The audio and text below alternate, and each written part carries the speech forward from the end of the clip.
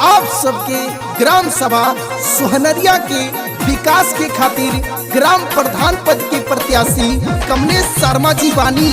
अब की पारी इहे के वोट देके भारी से भारी मतों से जितावे के बा और अपना सोहनरिया गांव में विकास के गंगा बहावे के बा।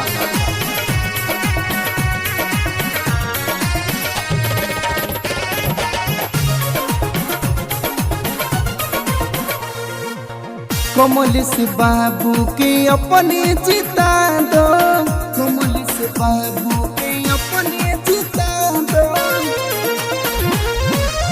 कमलेश बाबू के अपने जिता दो। यह बदल के अरमान इनके बना दो परिधान। हे चाचा सुनो इनके बना दो परिधान, इनके बना दो परिधान। ये भैया सुनो इनके बना दो परिधान। मिक्स बाय अनिल भोजपुरिया।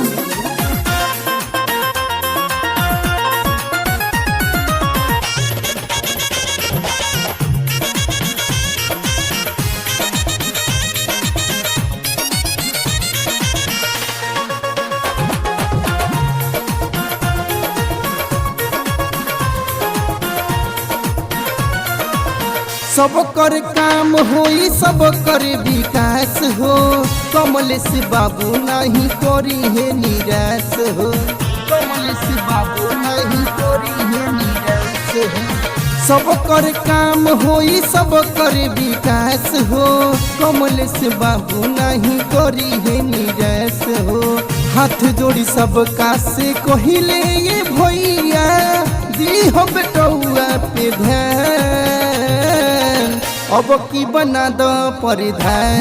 ये चाचा सुना अब की बना दो परिधान, अब की बना दो परिधान। ये भैया सुना अब की बना दो परिधान। मिक्स बाय अनिल भोजपुरिया।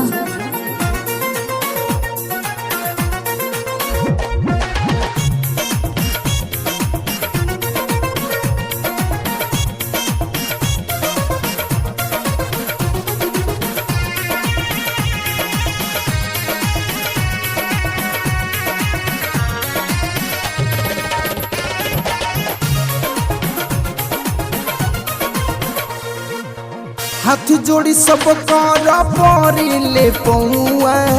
इनके जिता द चाची अब की चुनौआ, इनके जिता द चाची अब की चुनौआ। हाथ जोड़ी सब कर परे ले पौआ। इनके जिता द चाची अब की चुनौआ। अनिल सुजीत कहे सुनो ये चाचा रखी हो बेटौआ के मान। अब की बना दो परिधान।